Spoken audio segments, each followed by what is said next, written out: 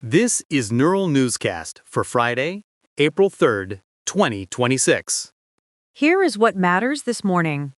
From Neural Newscast, I'm Thomas Keene. And I'm Isabel Moreno. A 7.4 magnitude earthquake struck the Molucca Sea early yesterday, triggering small tsunami waves and at least one confirmed death in Indonesia. The United States Geological Survey reports the quake hit at a depth of 22 miles, causing strong shaking for up to 20 seconds in coastal cities. Disaster officials say a 70-year-old woman died in the Minahasa district, while tsunami waves reached 1 foot in height in West Halmahera. Regional authorities have urged coastal residents to remain inland until a final all-clear is issued, as assessments of building damage continue.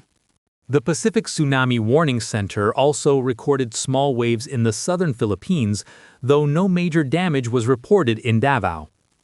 This region is among the most seismically active in the world, and local search and rescue teams are still inspecting remote island districts. We will continue to track the recovery efforts in North Sulawesi as more data on infrastructure damage becomes available later today. Turning now to politics in the United Kingdom, Prime Minister Keir Starmer has called for the sacking of Reform UK spokesperson Simon Dudley. Dudley faces intense criticism after an interview where he suggested that building safety regulations introduced after the Grenfell fire were not working. He reportedly told Inside Housing magazine that everyone dies in the end, comparing the fire deaths to rare statistics like road accidents. The families of the 72 victims have described his remarks as dehumanizing and the shameful attempt to erase corporate responsibility for the disaster. Dudley has since issued an apology on social media, claiming he did not intend to belittle the tragedy while maintaining concerns over over-regulation. Meanwhile, the world of aerospace is looking back at history following the successful launch of the Artemis II mission on Wednesday. This 10-day journey marks the first time astronauts have headed to the moon since the Apollo 17 mission in December 1972.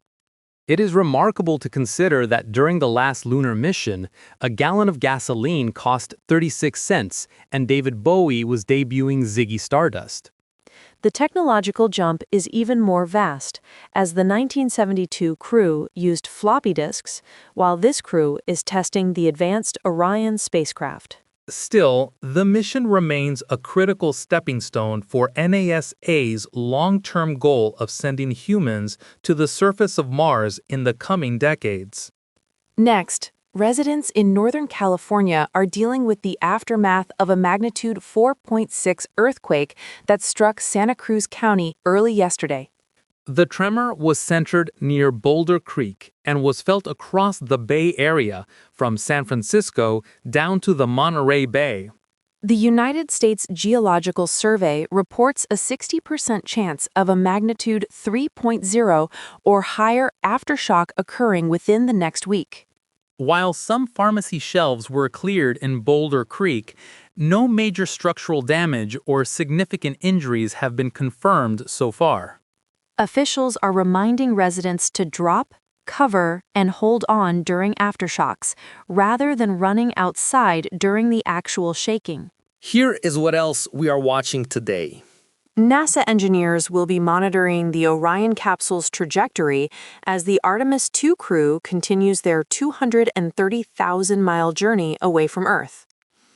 In the business sector, investors are looking for a response from the Berkeley Group regarding their decision to freeze land purchases due to regulatory costs.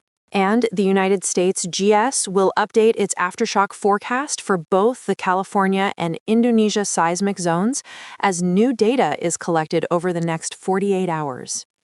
The international community is also expected to offer aid to Indonesia as the full scale of the Molucca Sea earthquake becomes clear.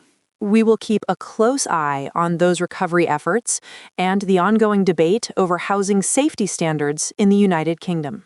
That is the briefing for this morning. From all of us here, thanks for listening.